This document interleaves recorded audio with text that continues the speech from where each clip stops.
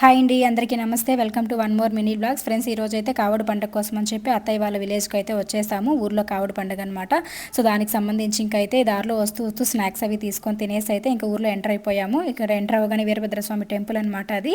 And ఇంకా ఇంటికి అయితే వచ్చేసాము. ఇంటికి రాగానే తెచ్చిన సరుకులు, పువ్వులు అవన్నీ కూడా అత్తయ్య దగ్గర అయితే ఇచ్చేసాను. అండ్ ఇంక ఈ పువ్వులన్నీ కూడా మాకు ఇక్కడ ఫ్రిడ్జ్ అయితే లేదు, అందుకని చెప్పేసి ఒక నూలు క్లాత్ అయితే తడిపేసుకుని దాంట్లో పువ్వులన్నీ ఎత్తి పెట్టేసామంటే ఫ్రిడ్జ్లో పెట్టినట్లే ఫ్రెష్గా ఉంటాయన్నమాట పొద్దునకి. అందుకని చెప్పి ఎత్తి పెట్టేసి అయితే ఇంకా ఇంటికి వచ్చి రాగానే పందిరి అయితే వేస్తూ ఉన్నాము. సో ప్రతి సంవత్సరం కూడా కావడి పండగకి ఇట్లా పందిరి అయితే వేస్తామన్నమాట.